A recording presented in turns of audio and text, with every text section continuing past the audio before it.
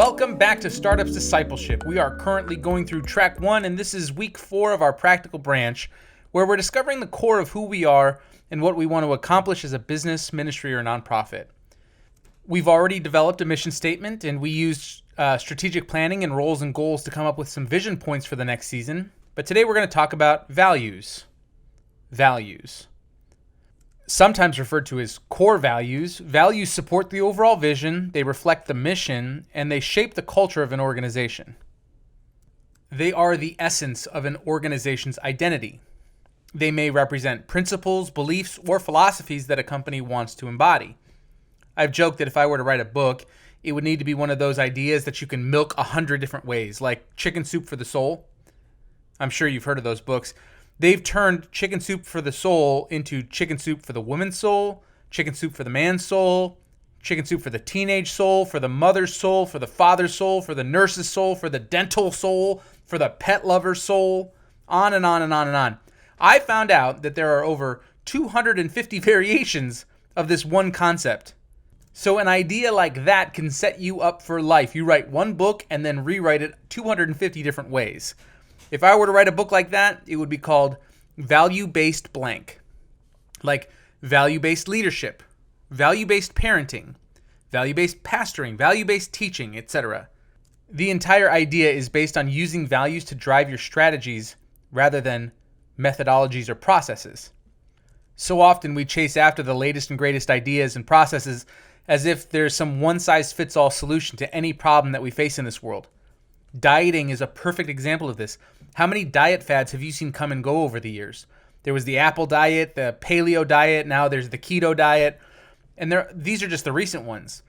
If one thing is clear from all the diet fads that we've seen come and go, it's that there's not a single solution that works across race, gender, and social class. There is not a one-size-fits-all solution. And so instead of using a specific method to drive our strategies, we should use a value-based system. Let me give you another example to help clarify. Being in a leadership position with small children, new parents have often asked me, how did you get your kids to sleep through the night? Did you let them cry it out? Did you use the no sleep cry solution? Did they co-sleep? There are dozens of methods out there, and each method claims that it is the solution. What I have found is that first and foremost, my two daughters could not be any more different from each other. Despite having the same mother and father, the same genetic basis, my daughters are night and day different. And this was true of their sleep patterns as well. What worked for the first one did not work for the second one. And so if it was dependent on a method, it may work for one, but not the other. This is where the idea of value-based parenting would come into play. My wife and I could sit down and say that we value availability with our children. Because when we cry out to God, He's available to us. He answers us. And when our children cry out to us, we want to be able to be available to them and answer them. And so we may develop a strategy to help our children sleep based on the value of availability. But we also may value independence, meaning we want to raise our children up to be independent adults someday. And so when my daughter cries out in the middle of the night, I may go in to answer her because my value is availability, but that answer may be, no, it's time for you to go to bed because we value teaching our children to be independent. How those two values of availability and independence play out may be completely different from child to child, but the value remains the same, and the value drives how we parent. I hope that makes sense, because the same value-based approach is true in leadership and in business. Many people spend their days chasing the latest and greatest methods and processes. If only we had that new program, or if we could just implement that new marketing strategy, or if we could just install that new pipeline that was just developed, then we'd be successful. Sure, those processes may have worked for others, but there is no guarantee that they will work for you in your context. In fact, more often than not, it ends up looking like David trying to wear Saul's armor. That armor was designed and fitted for the king, for Saul, and it was never going to work or fit for David the shepherd.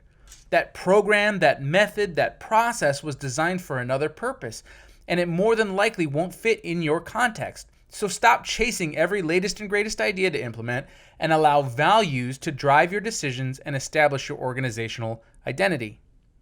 To be clear, Core values are fundamental beliefs that dictate behavior and exemplify your organization. Core values are fundamental beliefs that dictate behavior and exemplify your organization. Let me give you a few examples of what core values might be, and feel free to take note and steal any of these if they stand out to you. So here's a list of some core values that you might want to use. Dependability, reliability, loyalty, commitment, open-mindedness, consistency, honesty, efficiency, innovation, humor, compassion, adventure, motivation, positivity, optimism, respect, health, courage, education, perseverance, patriotism, service, environmentalism. Again, just a list of some values just to get you thinking. Our core values at The Sound are passion, presence, faith, love, honor, unity, generosity, creativity, authenticity, and collaboration. And that's a lot to remember, so each year we just focus on 3 of them. Hopefully this list gets your brain going, because this week you're going to define your core values or the core values of your organization. So how do we start? Well, as we have, let's brainstorm first. Come up with 20 to 30 values or even more that you feel represent you or your organization. Let your brain run with it for a while and let these things go off on tangents and get a little weird. Do a quick internet search for a list of core values. There may be words that perfectly encapsulate your organization's values that you would never have thought of right away. Put together an extensive list, again, 20 to 30 values. Just brainstorm it, write them on a paper, and make those things values that may fit who you are and who your organization is.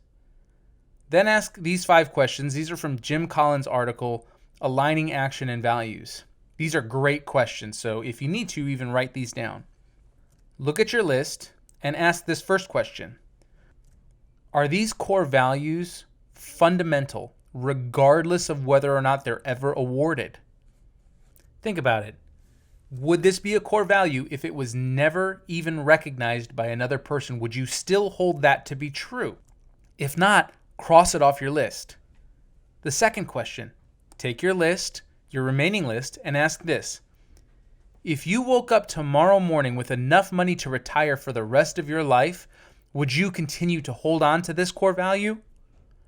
Again, if your answer is no, cross it off your list.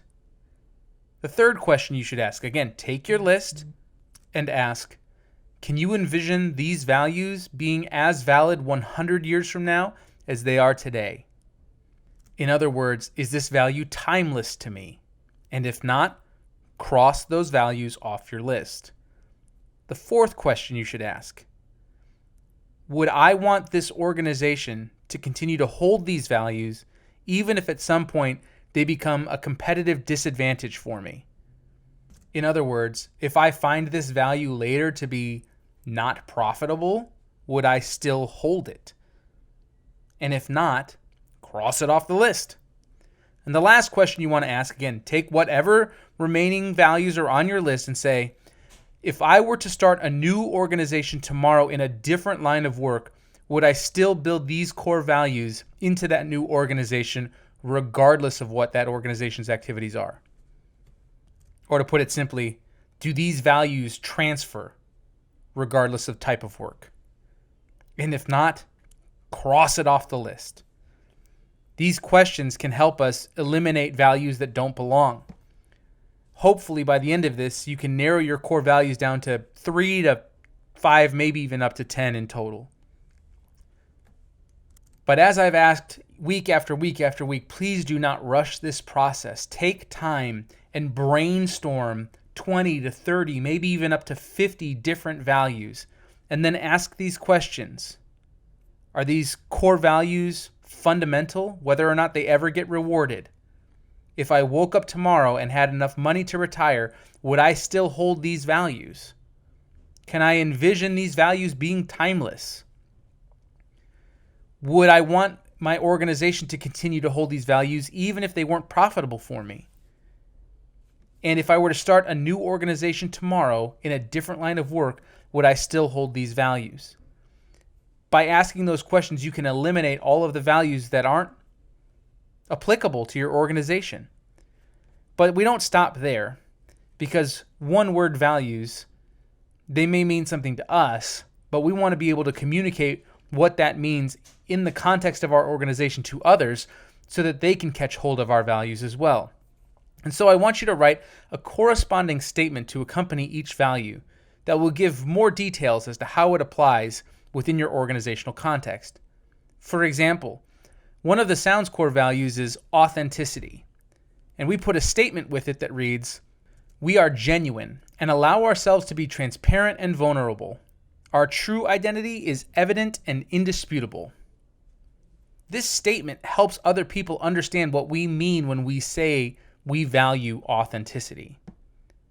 To recap, this week you're going to define 3 to 10 core values, and you're going to write a statement for each one that helps clarify how that value applies to your startup.